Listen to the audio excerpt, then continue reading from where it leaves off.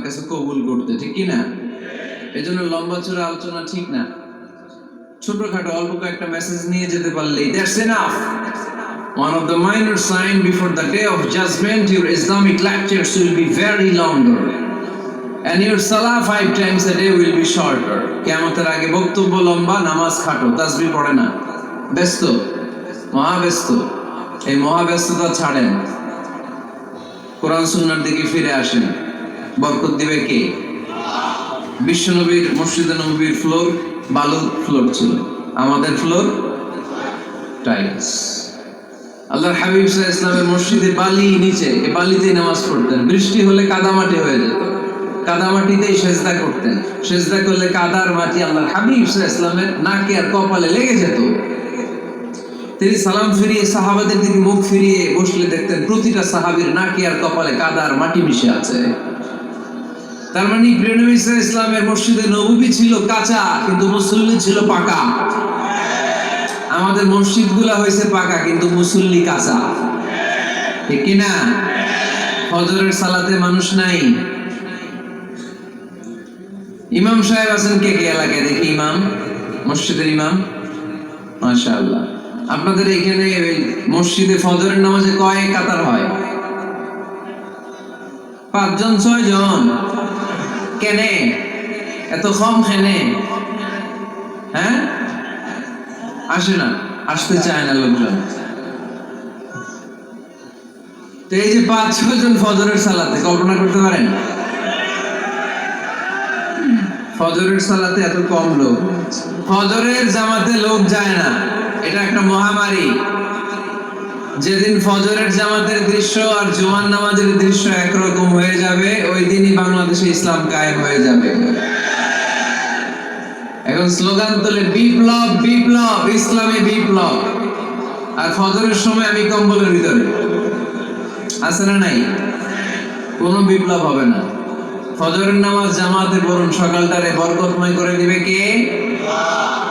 আল্লাহর হাবিব সাল্লাল্লাহু আলাইহি ওয়াসাল্লামের মসজিদ ছিল সবার জন্য উন্মুক্ত, এখানে সবাই আসতে পারত। এজন্য মসজিদ হবে সবার। আমরা মসজিদের আবাদকারী হতে চাই।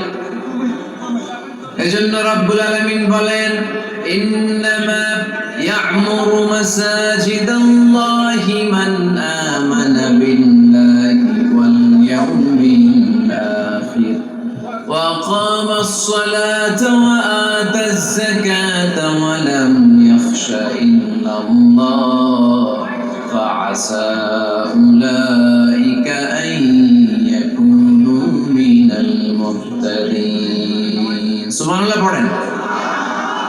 রব্বুল আলামিন বললেন, মসজিদের আবাদকারী হবে তারা যারা আল্লাহর প্রতি ঈমান আনে, আখিরাতের প্রতি ঈমান আনে, যারা সালাত কায়েম করে, যারা যাকাত আদায় করে, যারা দুনিয়ার কাউকে ভয় পায় না, ভয় পায় একজনকে। চিল্লায় বলেন তিনি কে?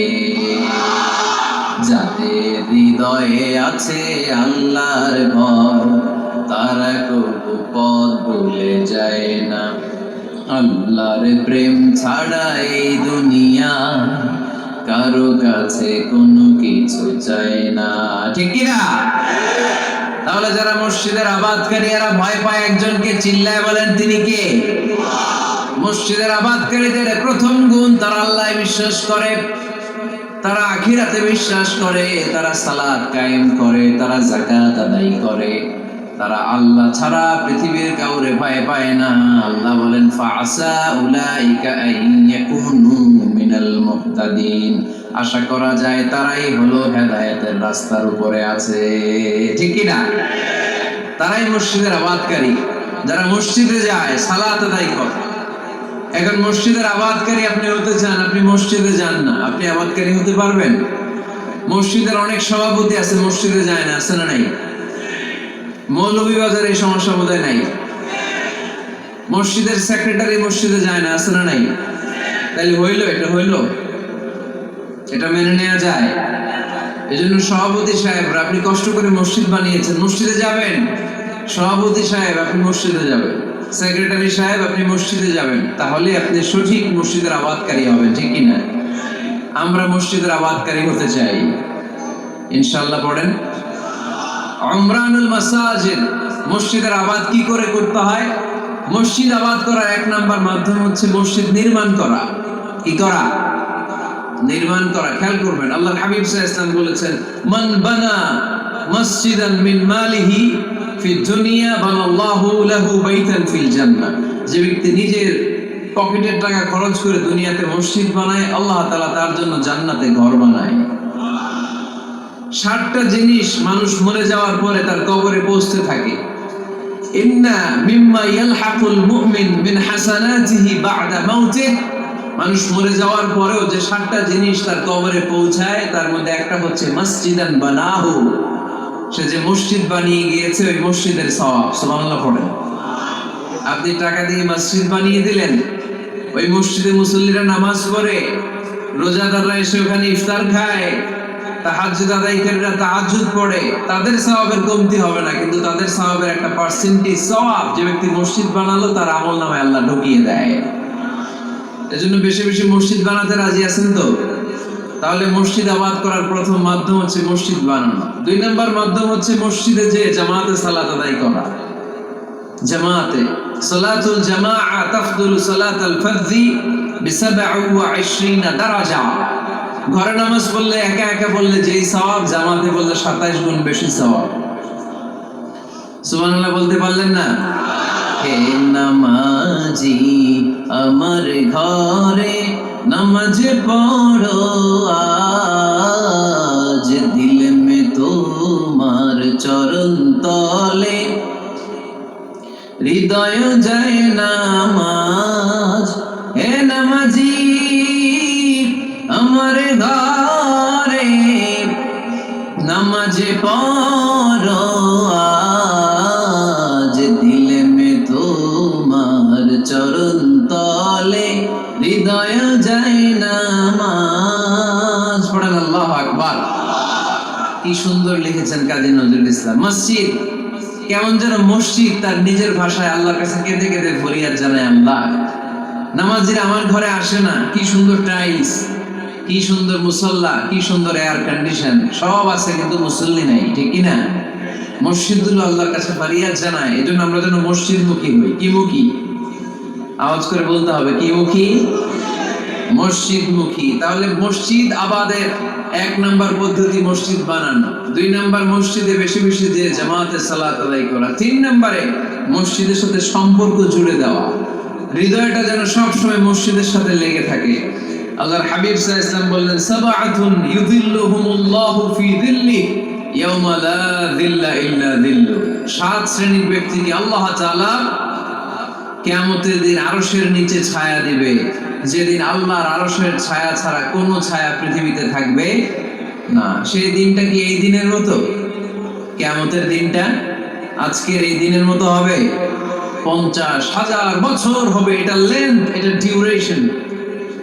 কাআন সাফসাফা লা তারা ফিহা ইওয়াজা ওয়ালা আমতা, লেভেল প্লেইং ফিল্ড, তামার জমিন। একটু কল্পনা করেন তো ওই দিনটা কত ভয়ঙ্কর।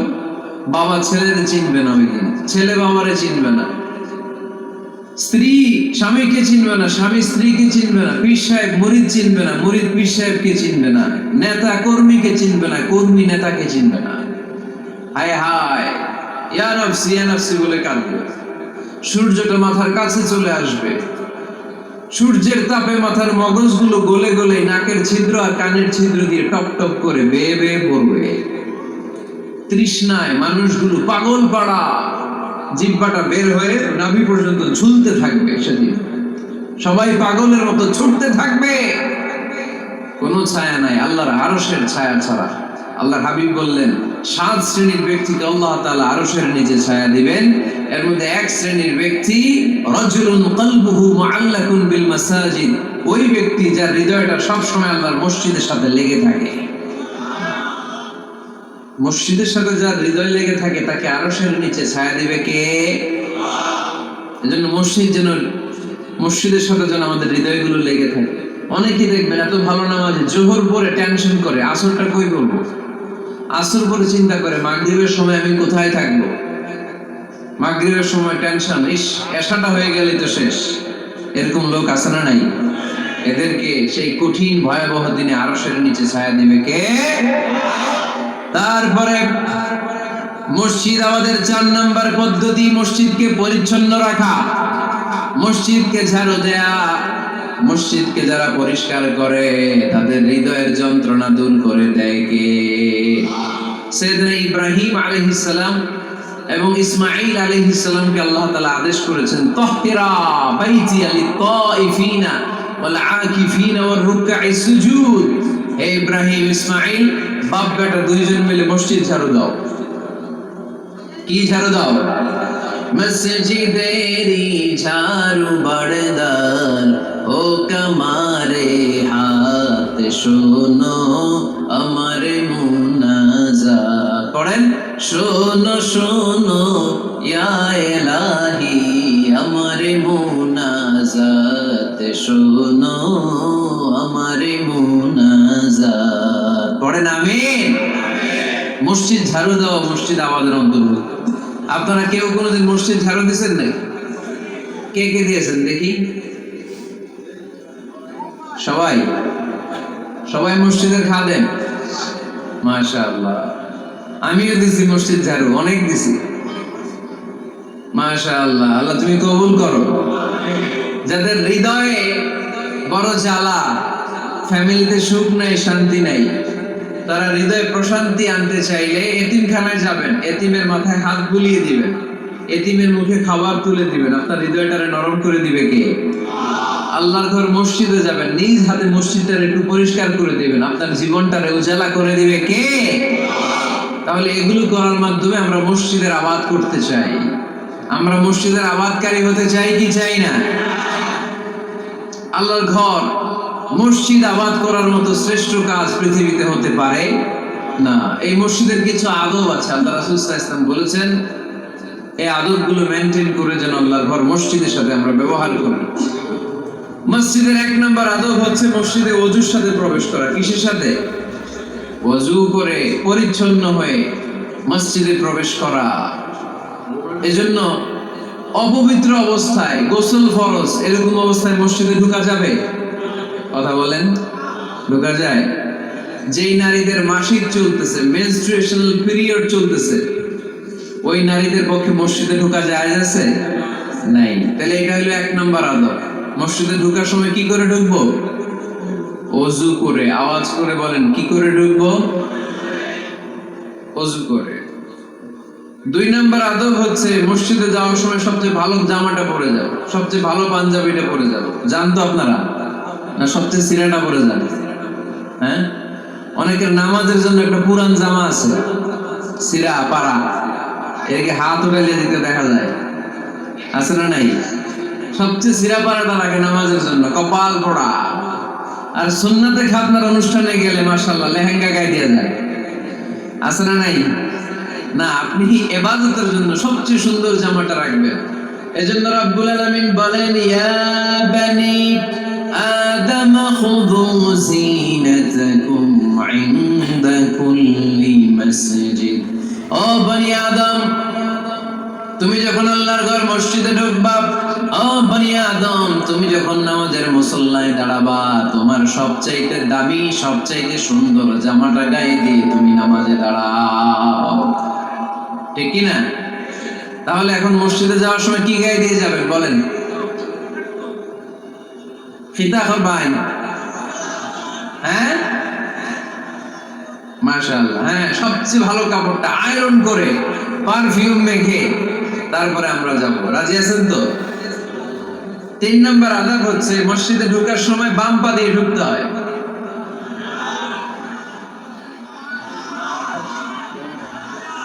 কোন পা? আরো জোরে।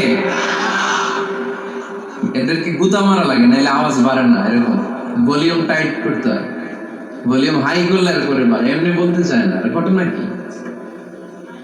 হ্যাঁ, খায় নাই। বদরের যুদ্ধ হয়েছিল রমাদানে, কোন সাহাবী খায় নাই, না খায় একেবারে সাইজ করে দিয়েছে কাফেরদেরকে। আমরা না খেলেও আমাদের হৃদয়ে ঈমানের শক্তি আছে না নেই? এই তো বোঝা যাচ্ছে ঈমানের শক্তি আছে। এতক্ষণ আছিল কই? তো মসজিদে ঢোকার সময় কোন পা দিয়ে? এগুলো মনে থাকে আমাদের, ভুলা যায় আমরা, খেয়াল থাকে না তো এগুলা। এত কিছু মনের মধ্যে রাখলে এগুলো মনে থাকবে কেমনে? মসজিদে ঢোকার সময় কোন পা? আরো জোরে। বেরোয়ার সময় কোন পা? মনে থাকবে?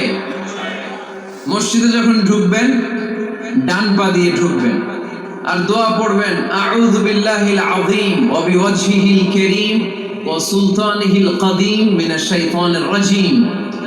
বিষ্ণু ইসলাম বললেন, যে ব্যক্তি মসজিদে ঢোকার সময় এই দোয়াটা পড়বে, শয়তান আফসোস শুরু করে, সে বলে, হায় হায়, আজকের দিনের জন্য, সারা দিনের জন্য তো তুই আমার ওয়াসওয়াসা থেকে বেঁচে গেলি, আজকের সারা দিনের জন্য তোরে আমি হারালাম, আজকের সারাটা দিন আল্লাহর পক্ষ থেকে প্রোটেকশন নিয়ে তুই বেঁচে গেলি, আজকের জন্য যা, কালকে তোরে আমি ধরবো। এজন্য এই দোয়াটা পড়ার দরকার আছে না?